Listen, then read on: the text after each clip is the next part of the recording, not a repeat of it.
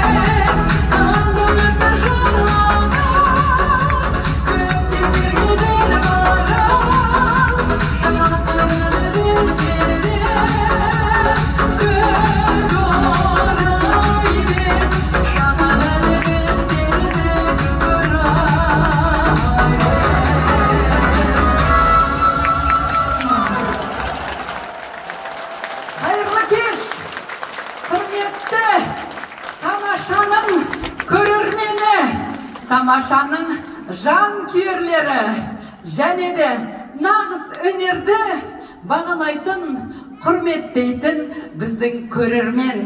Сіздердің алдарыңызда басымызды иеміз. Бүгін біздің сүйікті тамашамыз сіздердің алдарыңызға қайта оралып келіп отыр. Қалай ойлайсыздар? Көптен күттік, сағындық. Әрине қазіргі кезде де жас театрлар, әзіл-сықақ театрлары көп, Құдайға шүкір. Бірақ тамашаның орны ерекше. Бәрекелді. Тамаша жасай берсін. Халқымыз, еліміз аман болсын. Әрқашанда осындай қуанышта кездесе берейік.